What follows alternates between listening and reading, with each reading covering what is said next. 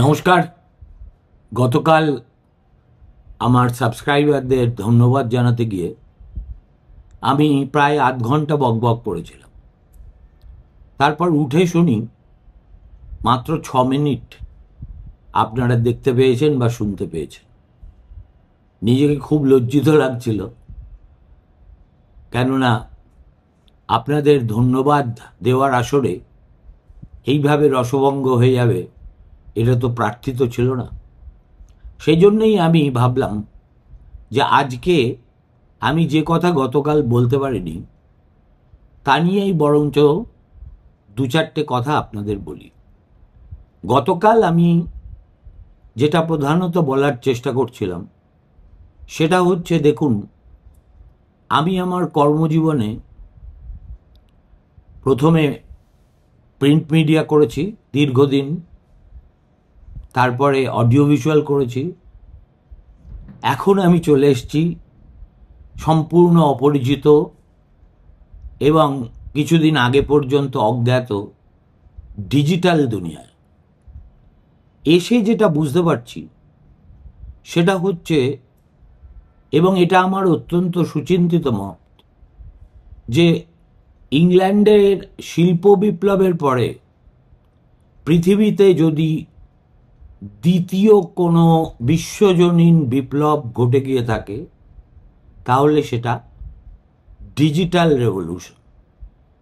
এখন এই দুটোর মধ্যে তুলনামূলক আলোচনায় আমি যাচ্ছি না, সেটা আপনাদের বোরিং দেখতে পারে। আমি নিজের অভিজ্ঞতা দিয়ে কিভাবে এই যে মাস মিডিয়ার মনোলিথ সেটা ভেঙে পড়ল তার সংক্ষিপ্ত একটা বিবরণ আপনাদের দেব। এরপরেও যদি আপনাদের উৎসাহ থাকে তাহলে এ সংক্রান্ত আরও আমার যা কিছু উপলব্ধি সেটা আপনাদের সঙ্গে শেয়ার করতেই পারি। দেখুন, এই যে মাস মিডিয়ার মৃত্যু ঘণ্টা বাজছে সেটা প্রথম বোঝা গিয়েছিল 2005 সালের মে মাসে। কিভাবে বোঝা গিয়েছিল সেটা ব্যাখ্যা করি, কাহিনীটা বেশ মজার। 2004 সালের মে মাসে, সম্ভবত 10ই মে, একেবারে লেজেন্ডারি সিঙ্গার বোনো, যার পুরো নাম সম্ভবত পল ডেভিড নিউসন, তিনি একজন আইরিশ ব্যান্ডের লিড সিঙ্গার ছিলেন, এখনও আছেন, যে ব্যান্ডটার নাম হচ্ছে U2। ওই 2005-এর মে মাসে তার একটা কনসার্ট ছিল ক্যালিফোর্নিয়ায়। কথা ছিল NBC এই কনসার্টটা কভার করবে এবং শেষ হয়ে গেলে তার লাইভ স্ট্রিমিং, রেকর্ড করা স্ট্রিমিং দর্শকদের দেখাবে। ইতিমধ্যে যেটা ঘটে গেল সেটা সাংঘাতিক। একটা স্টাইল ছিল বোনোর, তিনি গান গাইতে গাইতে হঠাৎ স্টেজ থেকে সমবেত জনতার হাতের উপরে ভেসে যেতেন, যাকে বলে ক্রাউড সার্ফিং। এইভাবে ভাসতে ভাসতে তিনি গানও গাইছেন, আবার ভক্তদের স্বতঃস্ফূর্ত একটা উন্মাদনার অংশও হচ্ছেন, নিজেকে জনতার হাতে ভাসিয়ে দিয়ে। এই ঘটনা আরও অনেকের সঙ্গে, একটি বাচ্চা মেয়ে, সে তার সেই সময়কার একটা পুরনো আইপড, নট আইপ্যাড, মিনিট 5 বোধহয় রেকর্ড করেছিল। আর রেকর্ড করার পরে সেটা তুলে দিয়েছিল গুগল ভিডিওতে। সেই রেকর্ড এখনো, ওই বোনোর ওই ইনসিডেন্টটা আপনারা যদি চান এখনো ইউটিউবে গিয়ে সেটা দেখতে পারেন। এখন এর পরে যেটা হলো, হঠাৎ করে দেখা গেল এনবিসি, যাদের কথা ছিল এটার লাইভ স্ট্রিমিং করার, তারা কোনো কিছু দেখানোর আগেই ওই একটা বিচ্ছিরি ভিডিও, একদম পিক্সেলেটেড, দেখলে এখন মনে হবে যে বোধহয় প্রস্তর যুগের কোনো ভিডিও, সেইটাই 40 মিলিয়ন ভিউয়ার পেয়ে গেল। আর এনবিসি যখন শুরু করলো তখন সেটা তামাদি হয়ে গেছে। এরপরে এনবিসির একজন কর্মকর্তা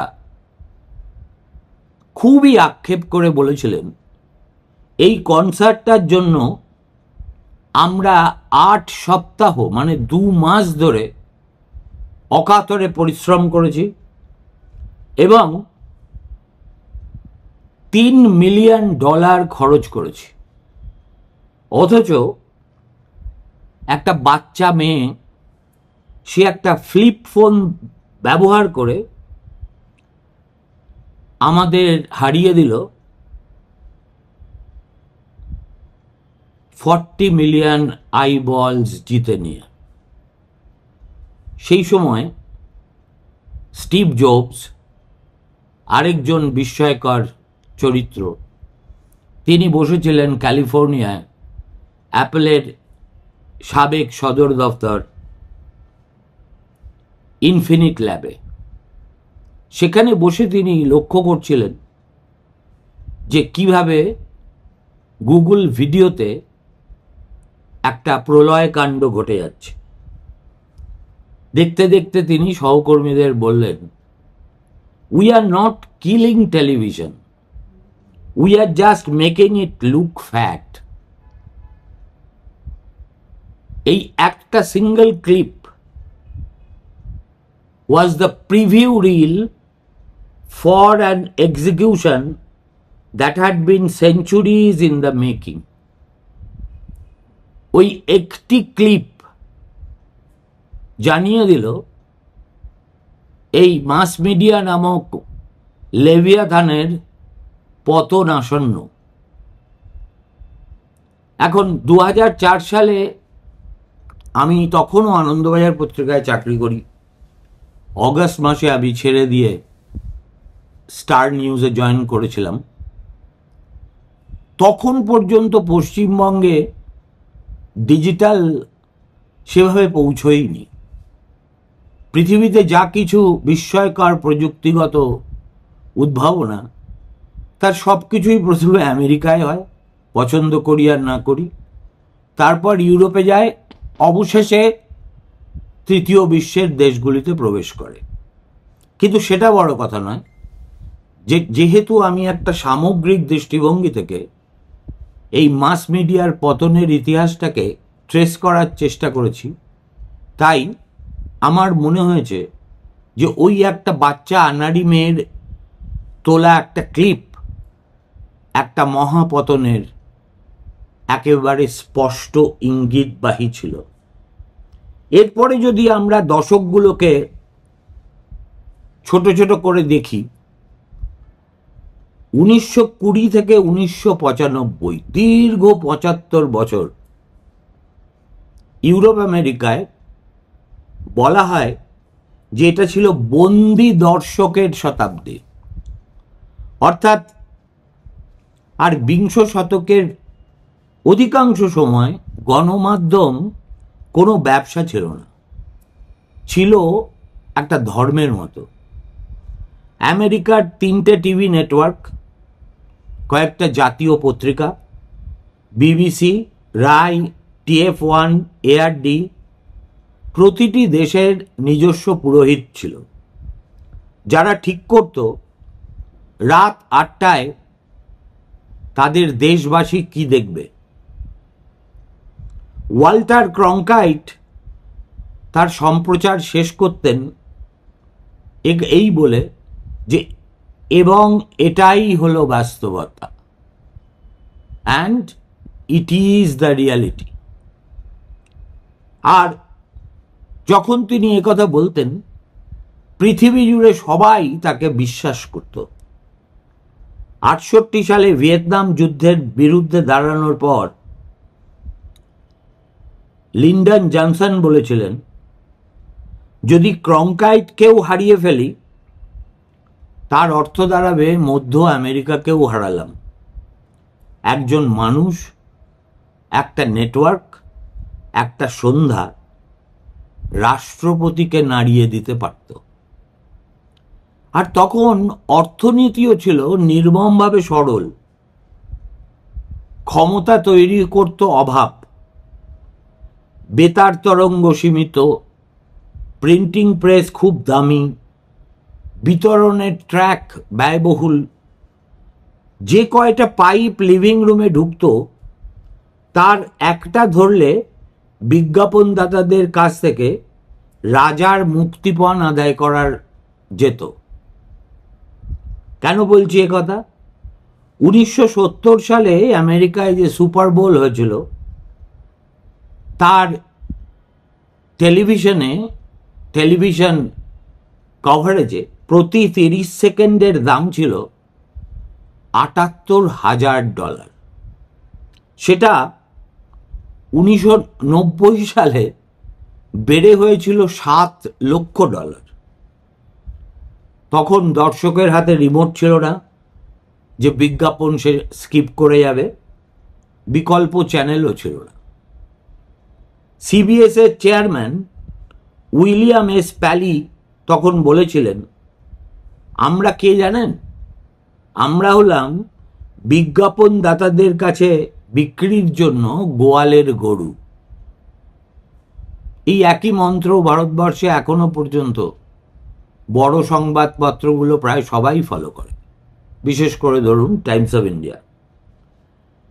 এই যে ব্যবস্থা 75 বছরের একটা নিস্তরঙ্গ একচ্ছত্র দাদাগিরি, তারপরে যে দশকটা এলো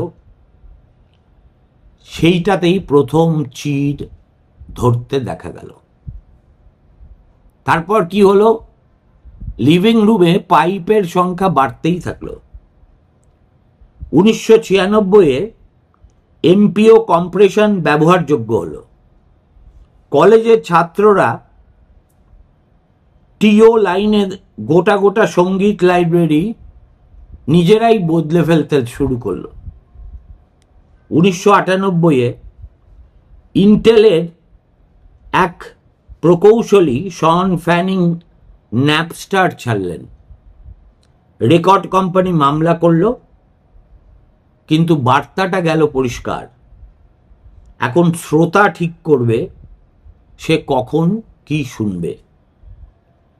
1999 টিভো এলো।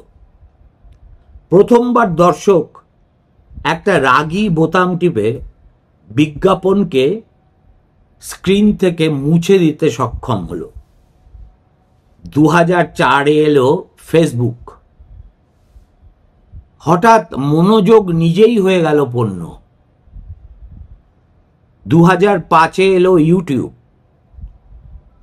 চ্যাড হার্লির মূলমন্ত্র ছিল টিউন ইন, লিন ব্যাক, যার বাংলা করলে দাঁড়ায় আপলোড করো, ঝুঁকে পড়ো। বোনোর ক্লিপটা ছিল সবচেয়ে দৃশ্যমান একটা কাঁপুনি মাত্র। পর্দার আড়ালে পত্রিকার ক্লাসিফাইড, যা প্রায় বিজ্ঞাপনের 40% ছিল, তখন একটা ক্রেগ লিস্ট বলে একটা লিস্ট বেরোতো, তার 40% চলে গেল ক্রেগ লিস্টে। মিউজিক ইন্ডাস্ট্রির আয় একটা দশকে 50% কমে গেল। হলিউডের যে রিলিজ উইন্ডো আছে সেটা দাঁড়িয়ে গেল একেবারে একটা হাস্যকর বস্তু হিসেবে। আর মহাবিচ্ছেদ ঘটল 2006 থেকে 15-র মধ্যে। একের পর এক 3টে ঘা এসে পড়ল মাস মিডিয়ার উপর। 1 নম্বর, স্মার্টফোন। আইফোন এলো জুনে 2007।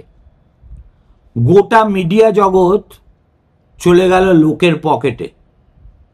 সাবওয়েতে বসে দেখা যায় বলে নির্দিষ্ট সময়ে টিভি দেখার দিন শেষ হয়ে গেল। সোশ্যাল মিডিয়া হয়ে গেল নতুন ডিস্ট্রিবিউটার। 2012 নাগাদ ফেসবুক থেকে খবর নিত যারা, তারা যে কোনো পত্রিকার হোম পেজের চেয়ে বেশি সংখ্যায়। তারপর এলো নেটফ্লিক্স স্ট্রিমিং। রিড হেস্টিংস বলেছিলেন, আমরা এইচবিওর সঙ্গে প্রতিযোগিতা করছি না, আমাদের আসল প্রতিযোগিতাটা ঘুমের সঙ্গে। পুরনো এক্সিকিউটিভরা এখনো অ্যাপয়েন্টমেন্ট টেলিভিশন নিয়ে কথা বলেন, আর টিনেজাররা সপ্তাহান্তে পুরো সিজন এক নিঃশ্বাসে দেখে ফেলে। 2012 সালে 16 বছরের একটি সুইডিশ ছেলে নাম ফেলিক্স শেলবার্গ একটা হরার গেম খেলতে খেলতে চিৎকারের ভিডিও আপলোড করলো। চ্যানেলের নাম রাখলো PewDiePie। 2015 নাগাদ তার সাবস্ক্রাইবার কানাডার জনসংখ্যার চেয়ে বেশি দাঁড়িয়ে গেল, এবং একটাও ফ্রেমের জন্য কোনো গেটকিপারের অনুমতি লাগেনি। আর 2016 থেকে আজ পর্যন্ত এটা চলছে, তাকে আমি বলেছি বিশ্বাসের মহাপ্রলয়। শেষ অঙ্ক ছিল প্রবেশাধিকার নিয়ে নয়, বিশ্বাস নিয়ে। সবাই যখন প্রকাশ করতে পারে তখন কেউ আর একচেটিয়া কর্তৃত্ব দাবি করতে পারে না। নিউ ইয়র্ক টাইমসের এখনো ফ্যাক্ট চেকার আর বিদেশি ব্যুরো আছে, কিন্তু অ্যালগরিদমের তাতে কিছুই যায় আসে না। বুড়ো আঙুল যাতে স্ক্রল করা বন্ধ না করে সেটাই তারা দেখে, এবং সেইভাবেই তারা পুরস্কৃত হয়।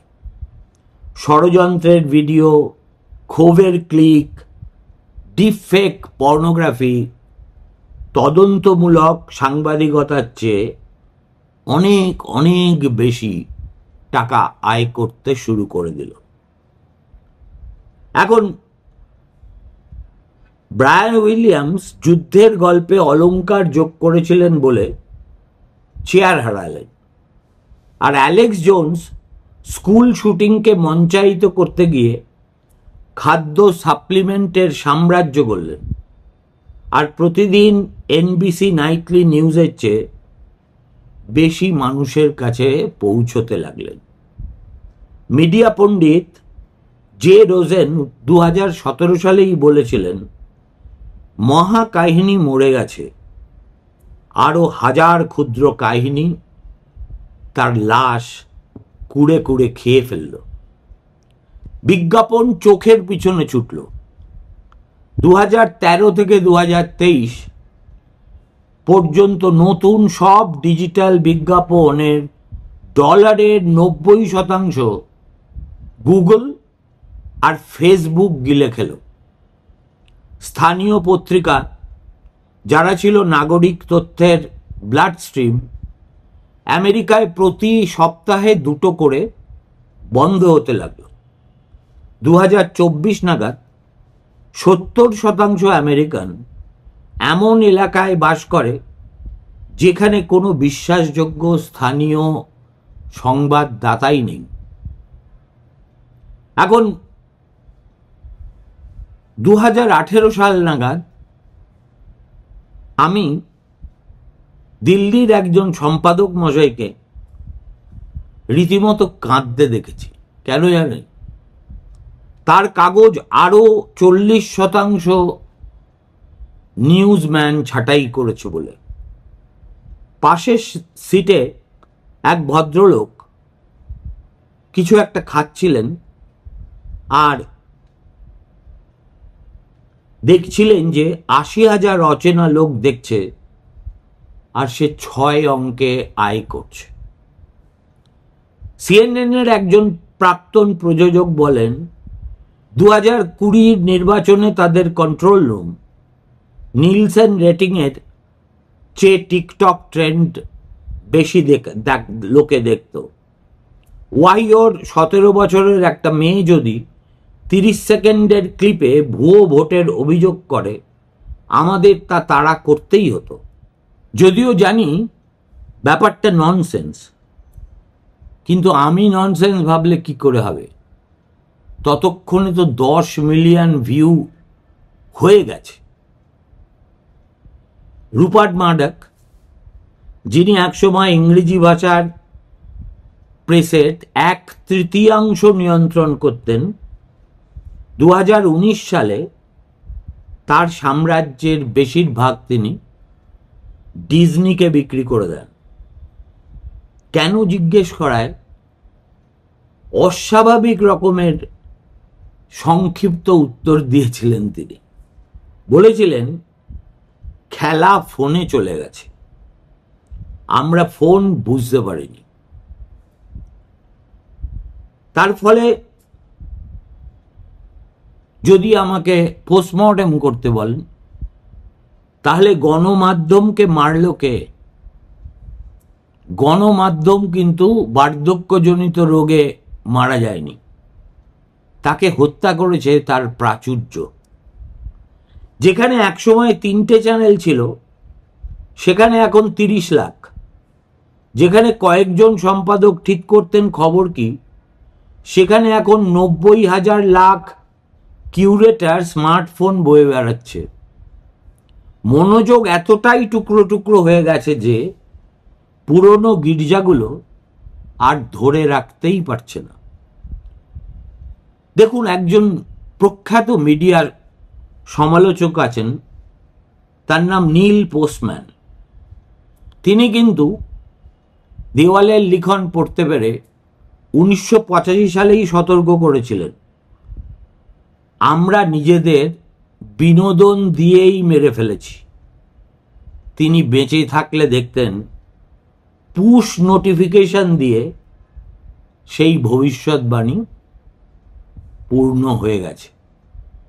ডিজিটাল জগৎ শুধু গণমাধ্যমকে এলোমেলো করে দিয়েছে তাই নয়, সে ধ্বংস করে দিয়েছে এই ধারণাটাই যে একটা সমাজের উচিত বা সম্ভব অল্প কয়েকজন পুরোহিতের মুখ থেকে রাত 6:30টায় একই বিশ্বাসযোগ্য গল্প শোনা। মানুষ আর এটাতে বিশ্বাসই করে না। 2017 সালে একজন লিখেছিলেন, আমরা চেয়েছিলাম সবাই যেখানে কথা বলতে পারবে এমন একটা মঞ্চ, আমরা তা পেয়েওছি। আর এখন আমরা চমকে উঠছি, শুধু চমকেই উঠছি। কেননা যা সবাই বলতে চায় তার বেশিরভাগই বোকা বোকা। মনোলিথ ভেঙে পড়েছে, ধ্বংসস্তূপ এখনো গরম, আর ধুলোর মধ্যে কোথাও এক 12 বছরের মেয়ে পোকেমন কার্ড খুলছে লাইভ, সঙ্গে সঙ্গে 5 লাখ দর্শক দেখছে, যারা জীবনে একবারও টেলিভিশন খুলে দেখেনি।